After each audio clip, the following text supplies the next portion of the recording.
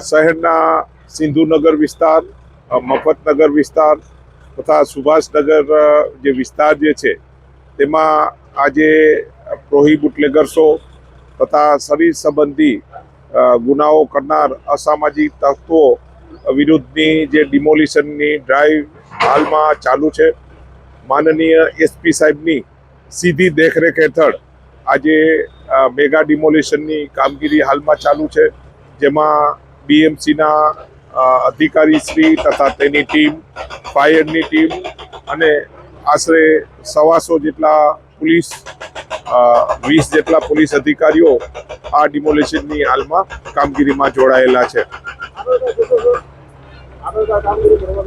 હા, આજે શહેરના જે 6 થી 7 વિસ્તારમાં આ રીતની ડિમોલિશન કામગીરી કરવામાં આવનાર છે।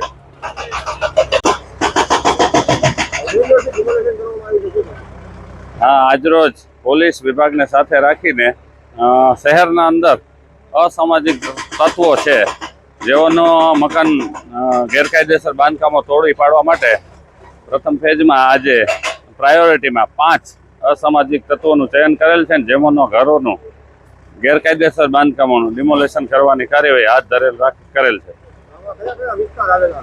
આમાં સરદારનગર, બ્રહ્માકુમારી બાજુ, ટીવી કેન્દ્ર, શ્રમજીવી અખાડા પાસે અને ત્યારબાદ સ્ટીલ કાસ્ટવાળો રોડ, એમ ટોટલ 5 અસામાજિક તત્વોના મકાનનું ડિમોલેશનની કાર્યવાહી આજે કરેલ છે।